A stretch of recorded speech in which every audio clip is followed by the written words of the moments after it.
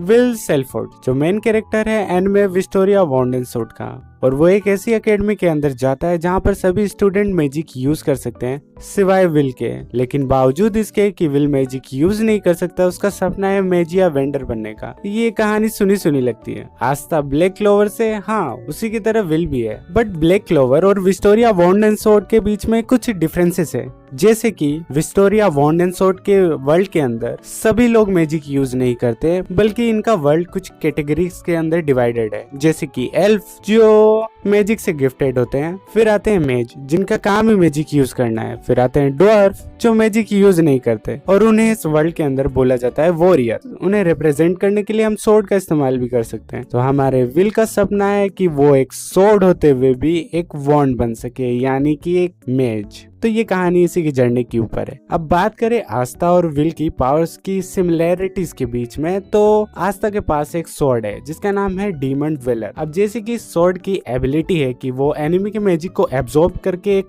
काफी powerful slash मार सकती है, उसी तरीके से विल की भी पावर है। विल किसी भी एनिमी के मैजिक को अपने अंदर एक इग्निशन की तरह यूज करता है ताकि वो खुद के अंदर स्टोर मैजिक को एक्टिवेट कर सके। हाँ, कुछ ऐसी पावर। तो इस वीडियो के अंदर हम बात करेंगे विल की पावर्स एंड एबिलिटीज के बारे में।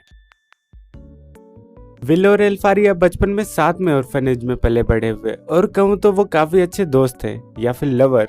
कम से कम एक लड़की को तो उसके बचपन का प्यार मिला। खैर, जब विल और एल्फारिया छोटे थे तो वो एक बुक पढ़ते थे जिसके अंदर इस वर्ल्ड की हिस्ट्री के बारे में लिखा हुआ था, और उसी बुक से विल और एल्फारिया को मैजिया वेंडर बनने की इंस्पिरेशन मिली थी। बट इस चीज के पीछे एक और रीजन है कि विल और एल्फारिया को साथ में सनसेट देखना था।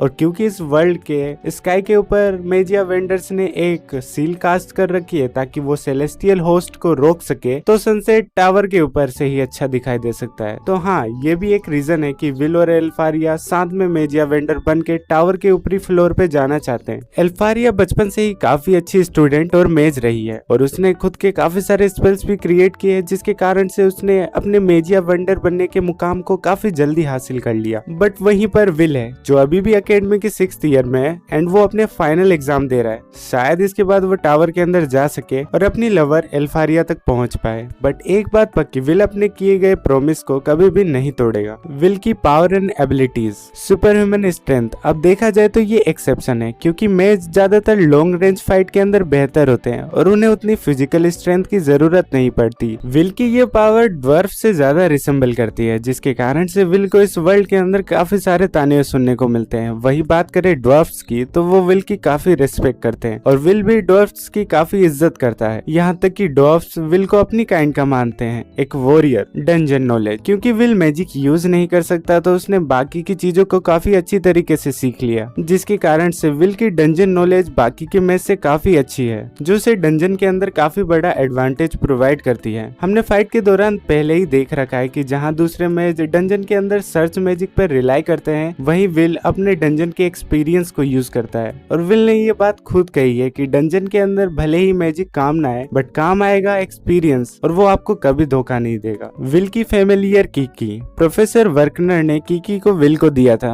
और कीकी के फॉरहेड पे एक क्रिस्टल है जो कि प्रोफेसर वर्कनर के पास रखे क्रिस्टल से कनेक्टेड है, जिससे वो विल की लोकेशन का पता लगा सकते हैं, और अगर विल किसी खतरे में हो तो प्रोफेसर वर्कनर विल को बचाने के लिए वहाँ पर जा सके। बट इतना ही नहीं, कीकी और भी चीजें कर सकती है, जैसे कि कीकी एक बेरियन मैजिक को खुद ही क्रिएट कर सकती है जो कि एनिमी के अटैक को ब्लॉक कर सकता है और विल को प्रोटेक्ट कर सकता है। स्पॉइलर अलर्ट, विल की सभी एबिलिटीज में सबसे पावरफुल एबिलिटी है विश, जो कि काफी यूनिक है और एक चीटिंग की तरह लगती है, क्योंकि इसकी मदद से विल एनिमी के अटैक को एब्जॉर्ब कर सकता है और उसे अपने स्वॉर्ड के अंदर लोड कर सकता है, जिसके बाद से वो एनिमी के सारे स्पेल्स को कास्ट कर सकता है। विल की बॉडी काफी ज्यादा यूनिक है, क्योंकि वो मैजिक को स्टोर तो कर सकती है बट उसे बाहर नहीं ला सकती। लेकिन आगे चलकर रिगार्डन एकेडमी की प्रिंसिपल सेरिडवेन विल की मदद करती है ताकि वो ऐसा कर पाए, और वो अपने मैजिक पैथोस का यूज करके विल को उसके पास्ट में भेज देती है, क्योंकि सेरिडवेन के हिसाब से विल अपनी एबिलिटीज को कैसे एक्टिवेट कर सकता है इसका पता वो केवल पास्ट से ही लगा सकता है, और आगे चलकर ऐसा होता भी है। विल अपनी एबिलिटी विश को एक्टिवेट करना सीख भी जाता है, बट ऐसा वो सिर्फ 50 मिनटों के लिए कर सकता है, और उसके बाद विल वापस से नॉर्मल हो जाएगा। तो हाँ, यही विल की सबसे पावरफुल एबिलिटी है और शायद आगे चलकर ये और एडवांस हो जाए। वेपन्स। अब क्योंकि विल हर टाइम पर विश को यूज नहीं कर सकता, इसलिए वो अपने साथ कुछ वेपन्स कैरी करता है, जिसमें से पहला वेपन हम पहले ही देख चुके हैं, जिसका नाम है मोरिया सिल्वर सोर्ड। ये सिल्वर रंग की एंटी मैजिक स्वॉर्ड है, जिसकी मदद से विल बाकी के मैजिकों को आसानी से काट देता है। लेकिन ये स्वॉर्ड आगे चलकर एक काफी पावरफुल मॉन्स्टर से लड़ने के दौरान टूट जाती है, जिसके बाद आगे चलकर डोनान ड्वार्फ विल के लिए एक नई स्वॉर्ड बनाता है, जिसका नाम होता है विस्ट सेट स्वॉर्ड, और इसके ऊपर एक जेम भी लगा रहता है जो कि मैजिक को एब्जॉर्ब करने के लिए काफी ज्यादा इफिशियंट है। इसी के साथ विल का दोस्त रोस्टी विल के लिए काफी सारे मैजिक इक्विपमेंट बनाता है जो विल को डंजन के अंदर काफी मदद करते हैं। Promise goggles. ये गोगल्स विल को एल्फारिया ने दिए थे, जो उसे उसके प्रोमिस को याद दिलाते हैं कि उसे एल्फारिया के पास टावर के अंदर जाना है और एक मेजिया वेंडर बनना है। और यही गोगल्स थे जो विल को काफी ज्यादा हिम्मत देते थे। बट ये गोगल्स आगे चलकर एक मॉन्स्टर से फाइट के दौरान टूट जाते हैं और विल अपनी फाइट करने की करेज को खो देता है। लेकिन यहाँ पर सियोन विल की मदद करता है, जिससे कि विल वापस से उस मॉन्स्टर से लड़कर उसे हरा देता है। तो विल की पावर एंड एबिलिटीज के बारे में जितनी भी जानकारी थी वो यही थी।